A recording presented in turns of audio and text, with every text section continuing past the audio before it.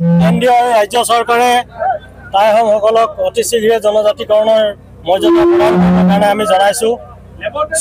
চৰকাৰৰ যি অভিভাৱকত্ব সেই অভিভাৱকত্ব তেখেতক পালন কৰিবৰ কাৰণে আমি দাবী জনাইছোঁ। তেখেতলোকৰ প্ৰতিশ্ৰুতি পালন কৰিবৰ কাৰণে আমি অনুৰোধ জনাইছোঁ, দাবী জনাইছোঁ। আৰু তেখেতলোকে যদি এই দাবীৰ প্ৰতি তেখেতলোকে সঁহাৰি নজনায়, ইয়াতকৈও ভয়াৱহ আন্দোলন গঢ়ি তুলিবৰ কাৰণে সমগ্ৰ আহোম জাতি সাজু হৈ উঠিছে।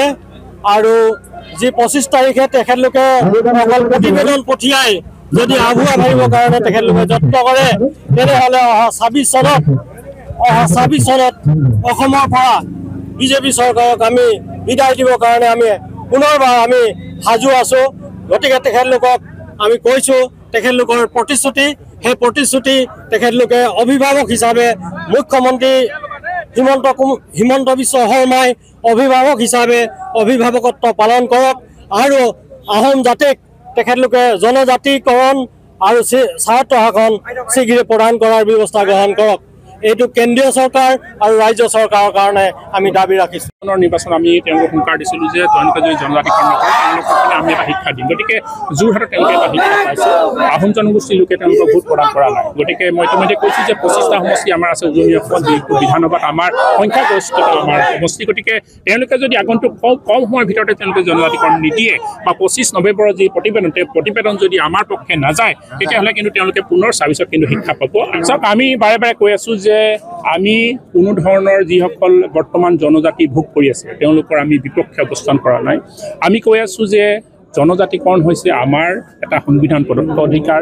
জনজাতিকৰণৰ যোগেদি আমি অসম সুৰক্ষা কৰিব বিচাৰিছোঁ, অসমীয়া সুৰক্ষা কৰিব বিচাৰিছোঁ, ইয়াত থকা খিলঞ্জীয়া জাতি জনগোষ্ঠী সুৰক্ষিত কৰিছোঁ। ইতিমধ্যে বহিৰাগতৰ যি আগমন, ইতিমধ্যে সন্দেহজনক নাগৰিকৰ যি আগমন, ইতিমধ্যে খিলঞ্জীয়াই যেনেকৈ আমাৰ বিধানসভাৰ সমষ্টি দুই এটা লাহে লাহে আমাৰ হাতৰ পৰা গুচি গৈছে। আমি তিনিচুকীয়াৰ কথা কওঁ, মাৰ্ঘেৰিটাৰ কথা কওঁ, নাওবৈচা সমষ্টিৰ কথা কওঁ, তেনেকৈ আগন্তুক দিনতো আমাৰ উজনি অসমৰ প্ৰায় সমষ্টি কিন্তু আমাৰ হাতৰ পৰা গুচি যাব খিলঞ্জীয়া হাতৰ। গতিকে জনজাতিকৰণ এটা এনেকুৱা এটা ব্যৱস্থা যি যোগেদি খিলঞ্জীয়াৰ জাতি আচলতে জনগোষ্ঠী সুৰক্ষিত হ'ব। গতিকে মই পুনৰবাৰ কওঁ, যিসকল জনজাতি পাই আছে তেওঁলোকৰ বিপক্ষে আমি কোনো ধৰণৰ আন্দোলন কৰা নাই আৰু তেওঁলোকে আমাৰ বিপক্ষে কোনো ধৰণৰ আন্দোলন নকৰিবলৈ আমি পুনৰবাৰ আহ্বান জনাইছোঁ। আমি ভাৰতীয় সংবিধানৰ যোগেদি 342 যোগেদিহে আমি জনজাতিকৰণ বিচাৰিছোঁ। তেনেধৰণে স্বায়ত্ব শাসন 244(2) আৰু 275(1) যোগেদিহে আমি স্বায়ত্ব শাসন বিচাৰিছোঁ। গতিকে আমাৰ কথা কৈ স্পষ্ট, আমি আমাৰ অসম সুৰক্ষা কৰিব বিচাৰিছোঁ, আমি আমাৰ খিলঞ্জীয়া জাতি জনগোষ্ঠী সুৰক্ষিত কৰি আছোঁ জনজাতিকৰণৰ যোগেদি।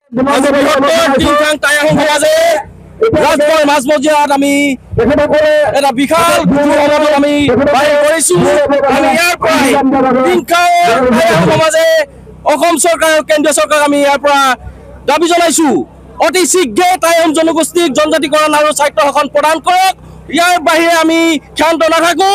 অহা 26ৰ আগত যদি জনগোষ্ঠীক লগতে আহোম জনগোষ্ঠীক জনজাতিকৰণ আৰু স্বায়ত্ব শাসন প্ৰদান নকৰে, তেতিয়াহ'লে আমি 2026 চনত বিজেপি চৰকাৰখনক আমি ওপৰাই পঠিয়াম আৰু আমি সকলো আহোম জনগোষ্ঠীৰ লোক একত্ৰিত হৈছোঁ, ঐক্যবদ্ধ হৈছোঁ। 2026ৰ আগত যদি টাই আহোম জনগোষ্ঠীক জনজাতিকৰণ নিদিয়ে, তেতিয়াহ'লে অসম অশান্ত হ'ব আৰু আমাৰ আহোম জনগোষ্ঠীৰ মানুহে ইয়াৰ উচ্চ প্ৰত্যুত্তৰ দিব। 25 তাৰিখে তেওঁলোকে প্ৰতিবেদন দাখিল কৰিব, কিন্তু ইয়াৰ অকল পৰিণামৰ বিষয়ে প্ৰত্যেক বছৰে প্ৰত্যেক অধিৱেশনতে তেওঁলোকে প্ৰতিবেদনৰ নামত ভেউচালি কৰি আহিছে, মিথ্যাচাৰ কৰি আহিছে আহোম জনগোষ্ঠীক। এইবাৰ আমাক মিথ্যাচাৰ নালাগে, আমাক জনজাতিকৰণ লাগে। এয়া আমাৰ জনগোষ্ঠী মানুহৰ এটা দাবী। এই দাবী যদি মানি নলয়, 26ত কিন্তু যিকোনো খবৰৰ বাবে যোগাযোগ কৰক 7099017330 লগতে 7099017110 নম্বৰত।